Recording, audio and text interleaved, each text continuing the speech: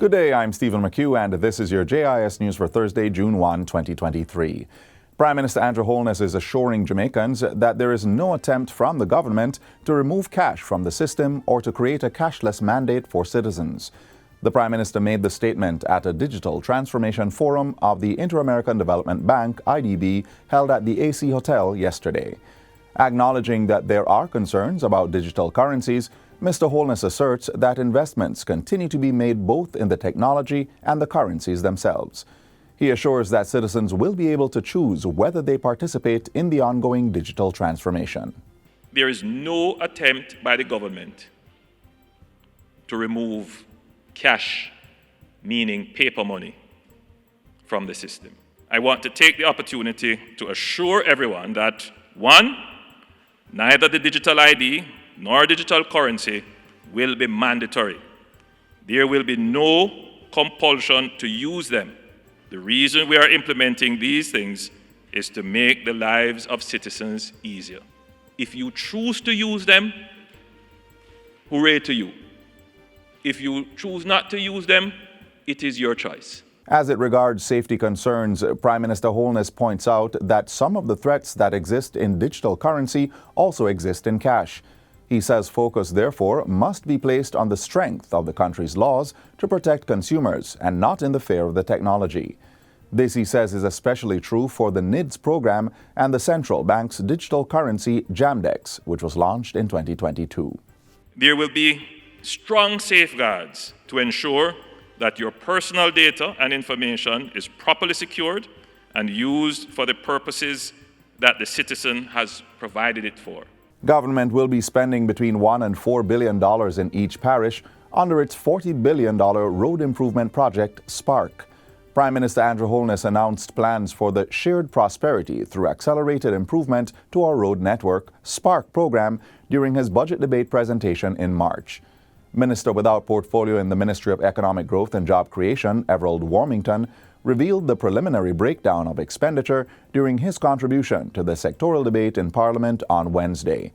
The largest allocations of more than $4 billion each will go to St. Catherine and Clarendon.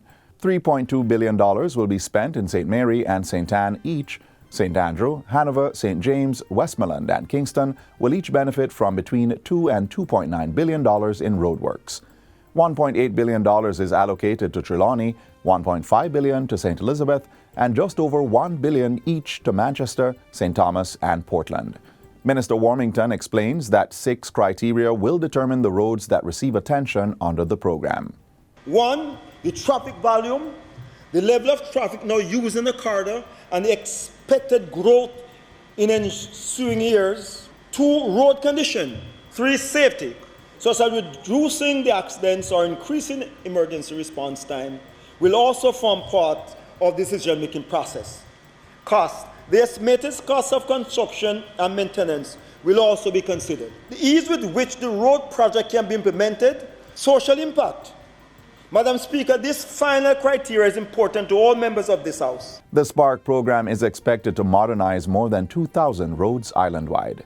Key objectives include improving the targeted road services and intersections, installing localized drainage, improving road safety through the construction of retaining walls and installation of guardrails, and installing pedestrian facilities at selected locations.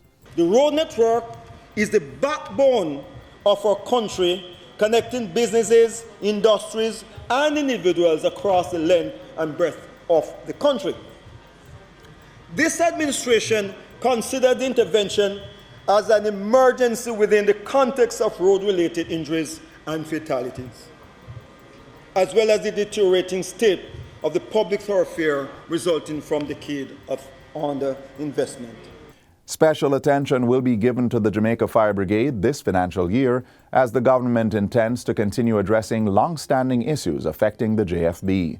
In his sectoral debate presentation on Tuesday, Local Government Minister Desmond McKenzie promised the recruitment and training of additional firefighters, as well as the network expansion of fire stations. 2 new fire stations will be built, one in St. Elizabeth and the other in Clarendon, at a cost of $110 million. The new fire station will be built in Balaclava and St. Elizabeth at a cost of over $20 million, Madam Speaker. A new fire station is to come on stream in Lionel Town in Clarendon, which will cost over $90 million, Madam Speaker.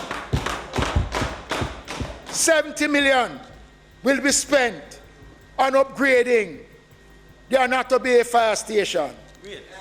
The York Park fire station, Madam Speaker, will get some benefit.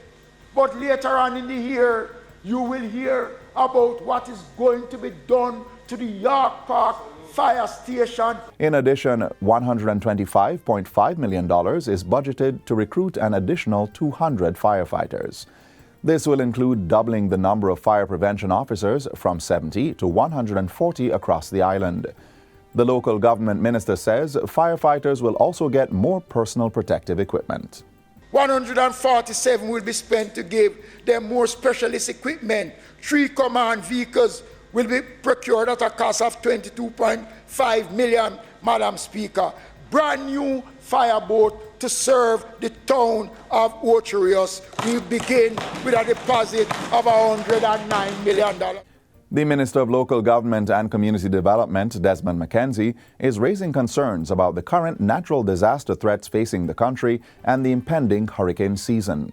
Pointing to the triple threat of bushfires, drought, and road crashes, Minister McKenzie says the hurricane season, which begins today, will demand impeccable response nationally and from citizens.